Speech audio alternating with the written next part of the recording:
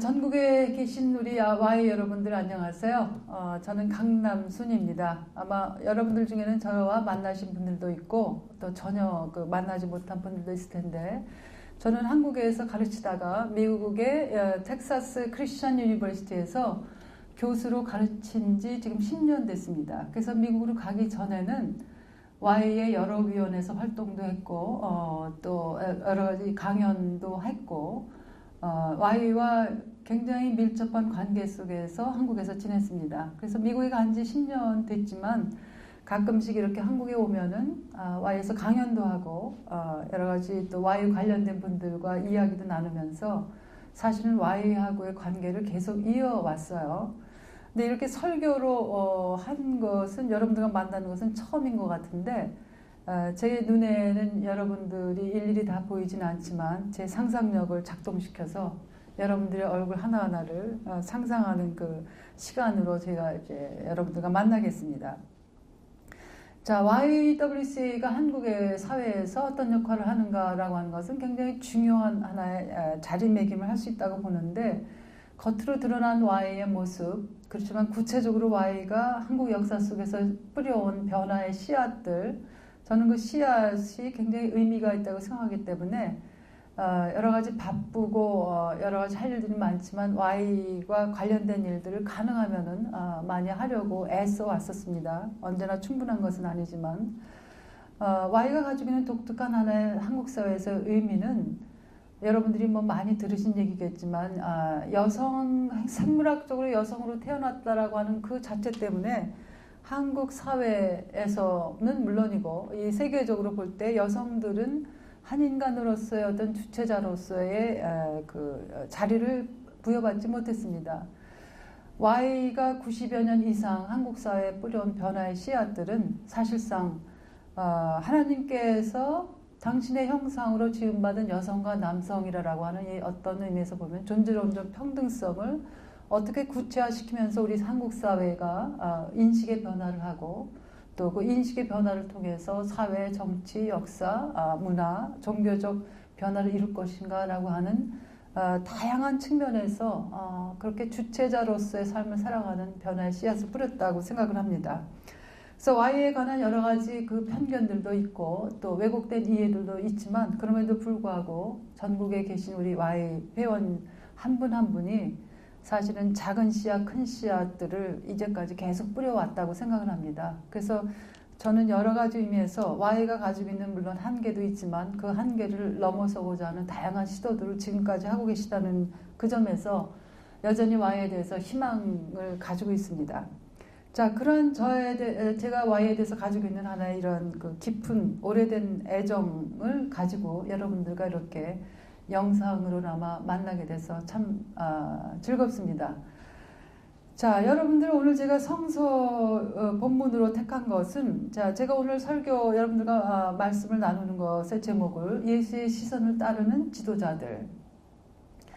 자, 여러분들은 본인이 스스로 자기 자신을 누구라고 생각하든지 상관없이 저는 지도자들이라고 생각을 합니다.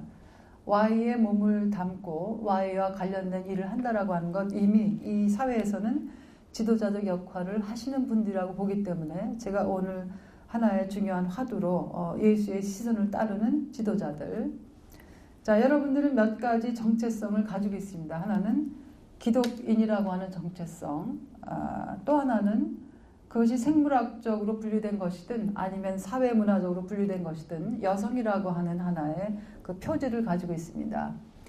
그 다음에 또 다른 표지는 여러분들이 지도자들이라고 하는 겁니다. 스스로 인정을 하든 하지 않든 Y의 일을 하고 있다라고 하는 것은 이 사회에서 지도자적 역할을 하는 것이다. 저는 그렇게 생각을 합니다. 자, 그러한 커다란 그림을 여러분들이 그리시면서 오늘 성서 본문은 지금 여기에 있는 나에게 어떤 이야기를 전해주고 있는 것일까? 그것을 한번 생각해 보기를 원합니다. 자, 이런 성서 본문을 그저 옛날 얘기로만 생각하시면은 사실 성서를 읽고 그 성서의 의미를 나하고 연결시키는 것을 하지 않을 때는 성서를 아무리 100번, 20번 읽어도 100번, 1000번 읽어도 사실은 소용이 없어요. 자, 성서 읽기라고 하는 것은 무엇이냐면은 첫째는 성서에 쓰여진 것만이 아니라 성서에 쓰여지지 않는 것까지 읽어내는 신학적, 시적 상상력이 필요합니다.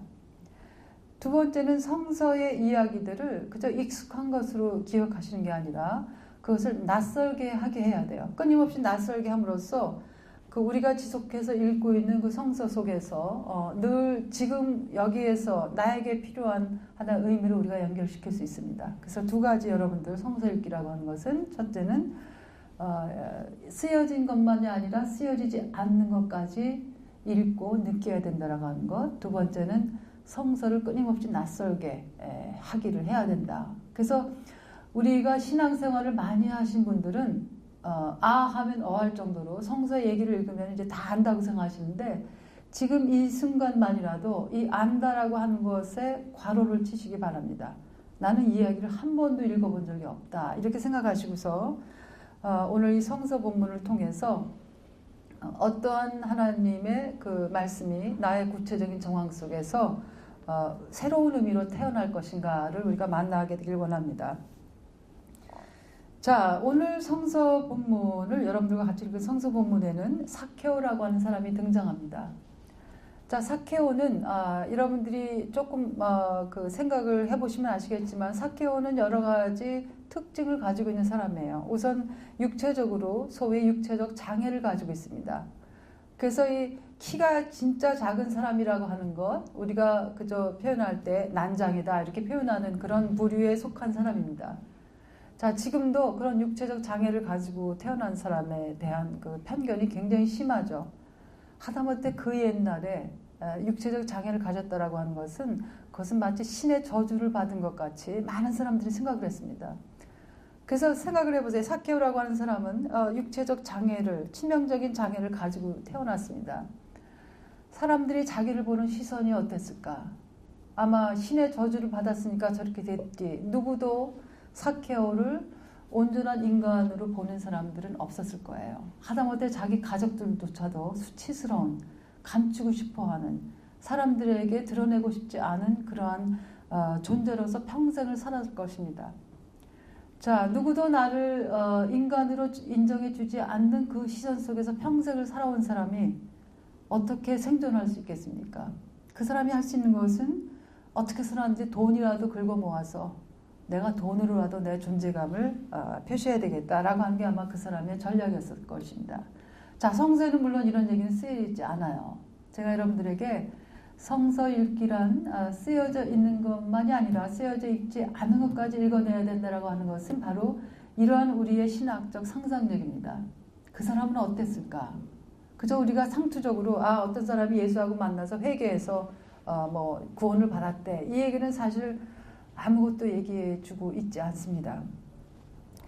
자, 삭개오는 그래서 난장이기도 하고 또 세리라고 하는 그 당시로서는 사람들의 돈은 있을지 모르지만 누구도 그 사람을 존중하지 않는 직업에 있었습니다. 그래서 무사람들의 그 재물을 그 탈취하는 그러한 부당한 방식으로 재물을 긁어모으는 사람이라고 하는 하나의 죄인의 부류 속에 속했습니다. 자, 예수님이, 여기 또 우리 신학적 상상력을 한번 생각해 봅시다. 자, 예수님이 무수한 사람들이 이 유명한 예수를 따라다니고 있었어요. 근데 삭개오도 글쎄 웬일인지 모르지만 그 예수를 보고 싶어 합니다. 그런데 키가 작으니까 볼 수가 없어요. 아무도 사람들이 배려해서 당신 키가 작으니까 이 앞으로 오세요. 아마 길을 비켜주지도 않았을 겁니다. 그래서 기껏 하는 것은 자, 어떻게 할 것이냐. 포기하지 않고 이 사람이 생각하는 것은 높은 나무로 이제 올라갔습니다. 예수를 멀리서라도 도대체 어떤 사람인가 바라보기 위해서. 자, 그런데 예수님을 생각해 보세요. 예수님이 있었던 그 장소를 우리가 상상해 보면은, 자, 몇 명이 왔는지 우리 성서는 얘기해 주고 있지 않아요? 수백 명, 수천 명이 예수를 따라다녔을 것입니다. 그런데 예수가 어떻게 해서 삭개오를 보게 됐을까? 예수의 시선에 대해서 저는 여러분들이 한번 관심을 가지기 바랍니다. 무수한 수백 명, 수천 명의 사람들이 이 앞에 쫙 사방으로 예수를 에워싸고 있는데 예수는 왜 유독 예수의 눈길은 저쪽 나무 위에 보이지도 않은 그런 작은 사람이 자기를 향해서 보고 있다라고 하는 것을 왜 예수는 보게 됐을까? 저는 이 예수의 시선에 대해서 굉장히 중요한 의미를 부여합니다. 자, 예수가 zakhe오를 바라봅니다.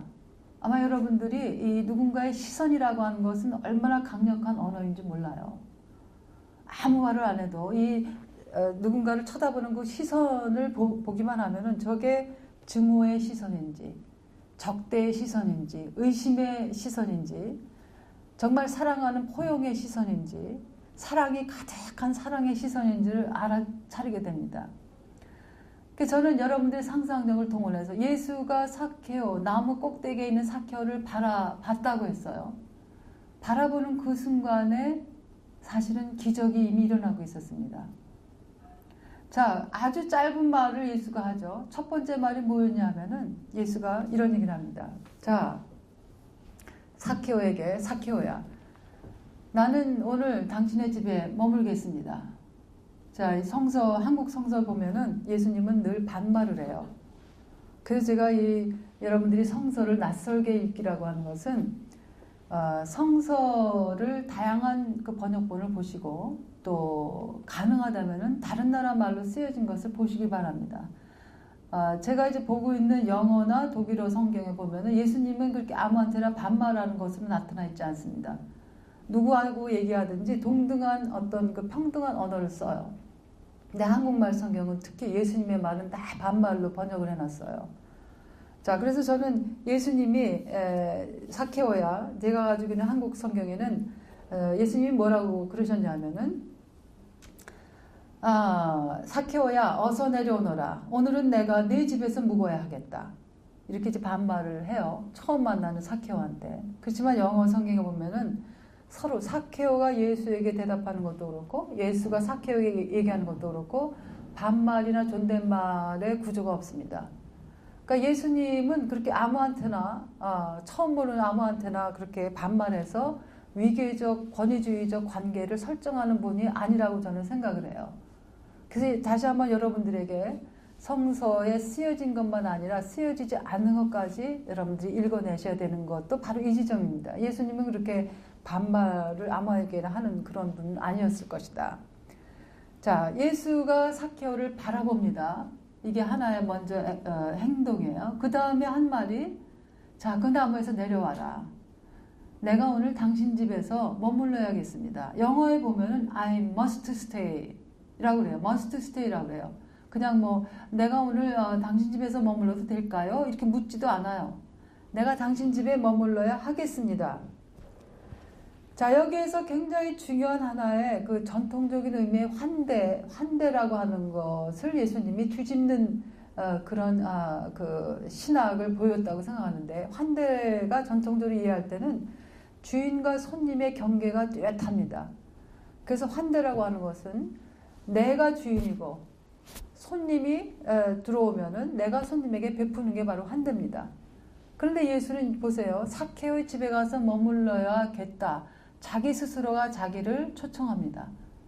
그러니까 흔히 주인이 손님을 초청해야 되는 건데, 여기에서는 누가 주인이고 누가 손님인지 전통적인 그런 경계가 다 뛰어넘어요. 자, 내가 오늘 우리 유성희 총장님 집에 가서 내가 오늘 유 선생님 집에서 내가 머물러야겠습니다. 그러면 아마 깜짝 놀라실 겁니다. 왜냐하면은 아니 내가 초대도 안 했는데 어떻게 감히 내 집에 와서 머물러야 되겠다니까. 이거는 전통적인 의미의 환대에서 완전히 벗어난 얘기예요. 근데 예수님은 바로 그 얘기를 합니다. 그것도 zakhe오에게 속삭이는 게 아니라 많은 사람이 듣는 자리에서 선언을 해요. zakhe오야, zakhe오 내려오십시오. 나는 오늘 당신 집에 머물러야겠습니다. 자, 이 장면을 생각해 보면은 zakhe오는 깜짝 놀라고 너무나 좋아서 어쩔 줄을 몰라 합니다. 자, 그 다음에 벌어진 사건을 여러분들이 한번 상상해 보세요. 자, 그럼 그 다음에 벌어진 건 뭐냐면 zakhe오가 이런 얘기를 합니다. 자, 내 소유의 절반을 가난한 사람들에게 주겠습니다. 또 내가 누구에게서 강제로 빼앗은 것이 있으면 4배로 갚아주겠습니다. 자, 여러분들 예수님이 zakhe오에게 한 말은 단지 하나였어요. 내가 오늘 당신 집에 머물겠습니다. 예수님은 사코에게 나는 네가 한 짓을 다 알고 있어. 너 회개해야 돼.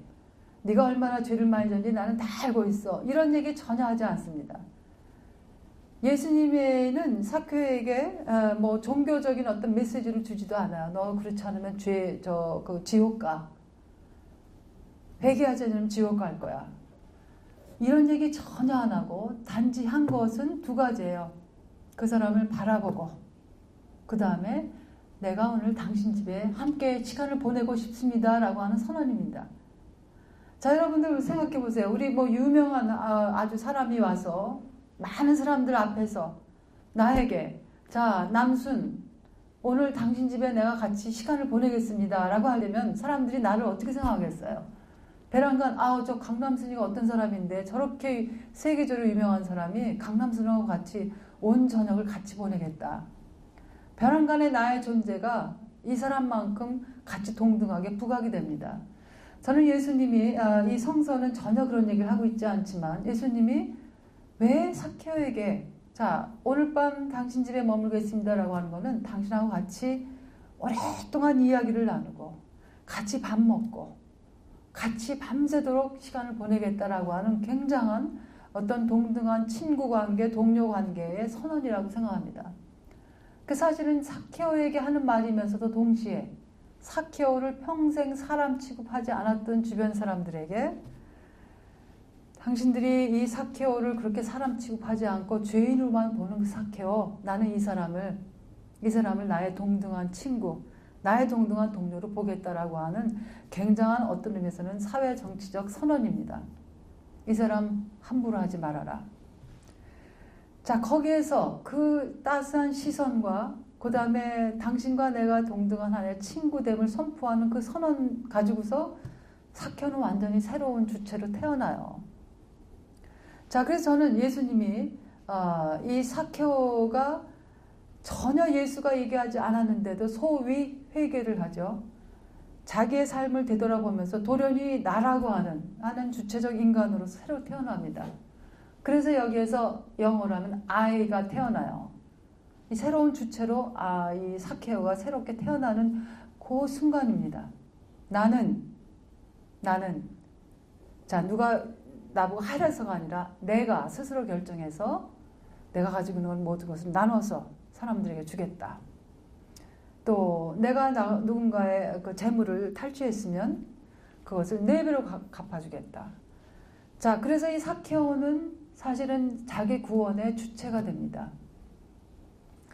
그래서 이 구원의 주체라고 하는 것은 사실은 구원이라고 하는 것이 우리 뭐 부흥회 가끔 가면 구원을 받아라 그러는데 성서가 보여주고 있는 구원이라고 하는 것은 끊임없이 주체가 자기여야 돼요. 예수님 베란과 사케오 만나서 자 구원을 받아라 이러지 않았습니다. 전혀. 사케오가 스스로 자기가 주체가 돼서 자기 삶을 새로운 삶으로 태어남을 결정한 다음에 구원이 이 집에 도달했다. 이러고 선언을 합니다. 그래서 이 말은 사실은 이 사도 바울이 그런 표현을 합니다. 빌립보서에 보면은 여러분들의 구원을 스스로 이루십시오. 제가 한국말 성경에 정확하게 어떻게 표현되어 있는지 모르겠지만 영어 성경에는 work out your own salvation 그럽니다. with fear and trembling 두려움과 떨림으로 너 자신의 구원을 위해서 끊임없이 노력하라라고 하는 거예요. workout이라고 하는 것은 그냥 한 번만 쓱 하라는 얘기 아니라 우리가 그 체육관에 가서 늘 몸을 위해서 운동하고 그런 것을 workout이라고 하거든요. 구원이라는 것은 끊임없이 이렇게 자기가 주체가 돼서 새로운 삶으로 태어나는 그 순간의 구원의 경험을 할 수 있는 거예요. 예수님도 바로 그렇게 구원이라고 하는 것의 주체는 우선적으로 네 자신이 변해야 된다라고 하는 것을 표현하고 있다고 생각합니다. 자, 저는 이 예수님이 이 사케오와 만나는 그 지점에서 우리가 Y의 우리 여성 지도자들이 배워야 될 것이 굉장히 많다고 생각을 합니다. 자, 예수를 따라다니는 사람들과 예수의 정신을 자기 스스로 삶에서 실천하려고 하는 사람들, 예수운동이죠. 예수운동과 제도화된 그 종교로서의 기독교 교회가 하고 있는 여러 가지 일들에는 언제나 거리가 있습니다.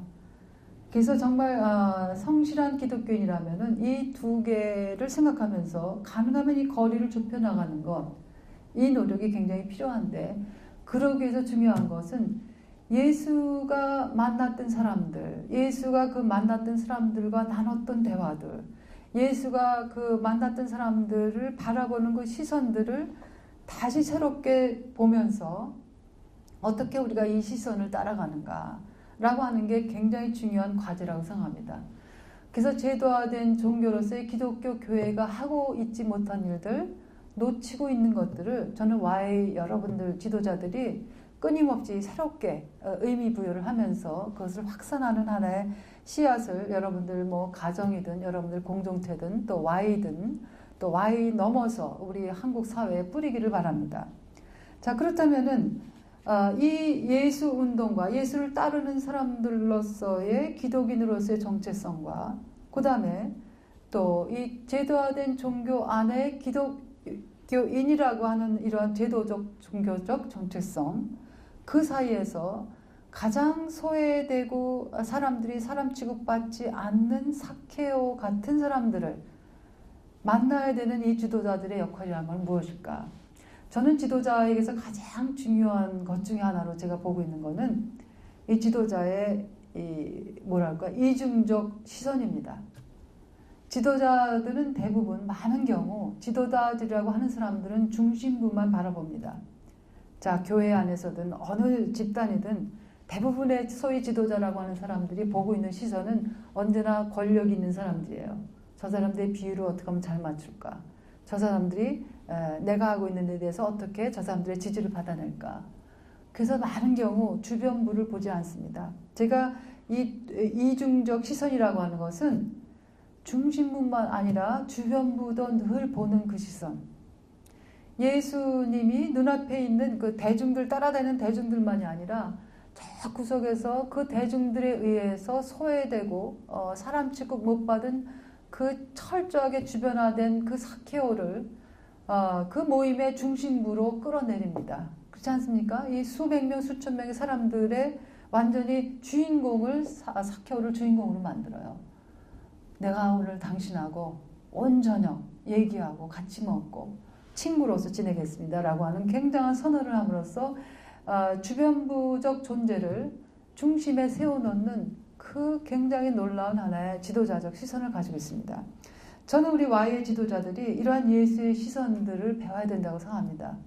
그래서 여러분들이 처한 그 정황 속에서 누가 사케오 같은 주변부인들인가? 자, 성서가 살아있는 말씀으로 우리에게 작동시키려면은 그저 옛날 얘기가 아니라 지금 현대 사회에서 사케오는 누구일까? 자, 우리 한국 사회 또 세계적인 정황에서 이렇게 사케오와 같이 사람 취급 못 받고 또 언제나 그 차별과 배제의 대상이 되는 존재들이 참으로 많습니다. 자, 뭐 예를 들면 성별에 의해서 또 인종, 계층, 우리 한국 사회도 뭐 흑수저, 금수저 있지 않습니까? 이 사회적 계층에 의해서 또 몸의 장애 여부에 따라서 혹은 성적 지향에 따라서 다양한 인간을 규정하는 모든 요소들에 의해서 우리 사회는 끊임없이 차별과 배제를 해왔습니다. 그래서 그 차별과 배제가 은밀한 형태이든 노골적 양식이든 우리 Y의 지도자들은 그러한 예민성들을 잘 키워서 예수가 보는 시선처럼 우리 주변에 그렇게 사케오처럼 주변부적 존재로 살아가는 사람들에 대한 그런 연민과 관심과 그 사람들을 나와 동등한 인격체로 보는 그 시선을 끊임없이 배우는 것, 그것이 우리 Y 기독 여성 혹은 지도자로서의 정체성을 구체화하고 심화시키는 중요한 하나의 단서라고 생각합니다. 자, 어거스틴이라고 하는 사람은 우리는 흔히 교회 다니는 사람들 그런 질문을 해요. 당신은 예수를 사랑하십니까? 그런 사람들은 네, 사랑합니다. 얘기를 합니다. 자, 어거스틴은 그런 질문을 되돌려서 바뀌었어요. 당신은 신을 사랑합니까? 라고 하는 질문에 네, 아니요 라고 대답하는 것은 아무 사실 의미가 없습니다. 왜냐하면은 어떤 신을 사랑하는 것인가? 또 사랑한다는 게 도대체 뭔가? 왜냐하면 역사 속에서 하나님을 사랑한다고 하면서 다른 사람들을 증오하고 죽이고 전쟁을 일으킨 것을 정당화해왔거든요. 똑같이 예수의 이름으로 예수를 배반하는 기독교인들이 참으로 많습니다. 예수는 이렇게 타자 혹은 주변 부인들에 대한 끊임없는 배려, 연민, 사랑을 얘기했는데 조금 뭔가 나와 다르다는 것 때문에 증오를 마치 예수 사랑과 동일시하는 그러한 그 기독교인들이 우리 한국 사회에서 너무나 많이 있기 때문에 기독교가 개독교라고 하는 그런 수치스러운 별명까지 얻었습니다. 저는 우리 Y에 모인 여성 지도자들, 기독교인이라고 종교적 정체성을 얘기하는 이 지도자들이 끊임없이 공부하고 또 자기 인식의 세계를 넓혀가야 하는 이유는 지금도 우리 주변에는 이렇게 사케와 같이 주변무적 존재로 살아가는 사람들이 너무나 많다는 것입니다. 그래서 진정으로 예수를 믿는 사람은 이런 질문을 다시 해야 됩니다. 나는 예수를 사랑하는가? 라는 질문이 아니라 내가 예수를 사랑할 때 나는 무엇을 사랑하는가? 이 질문으로 다시 돌이켜서 질문을 해야 돼요. 어거스틴은 내가 예수를 신을 사랑할 때, 하나님을 사랑할 때 나는 무엇을 사랑하는가로 돌렸습니다. 저는 여러분들 오늘 이 자리에 같이 함께 예배를 보시는 여러분들에게 내가 예수를 사랑하는 기독교인이라고 할 때 나는 무엇을 또는 어떻게 사랑하는가? 그 질문을 다시 생각하면서 진정한 지도자라고 하는 것은 예수의 시선을 따르는 지도자들이다. 예수의 시선은 언제나 중심뿐만이 아니라 주변부들을 끊임없이 살펴보면서 누가 사람 취급을 받지 못하고 있는가, 그 사람들을 온전한 사람으로 바라봐주고 그것을 인정하는 구체적인 실천을 하신 분이 예수라고 우리의 그 신앙의 중심에 있는 예수라고 하는 분입니다. 그래서 예수의 시선을 통해서 여러분들이 성별이나 여러 가지 우리 외적 조건들, 사회적 표지에 의해서 사람을 차별하고 뭔가 열등한 것으로 취급하는 것이 아니라 그 사람들도 모두 똑같이 신의 형상으로 지음받은 동등한 그 존엄성을 지닌 인간이라고 하는 그 인정을 하는 그 지도자들, 그 인정을 확산시키기 위해서 다양한 운동을 확산시키는, 그래서 변화의 씨앗을 뿌리는 지도자들이 되시기를 바랍니다. 기도하겠습니다. 연민과 한대의 하나님, YWC에서 일하는 저희들이 중심뿐만이 아니라 주변부까지 보는 예수의 따스한 시선을 따르게 하소서. 사케오를 새로운 삶의 주체자가 되도록 이끄신 예수 이름으로 기도합니다.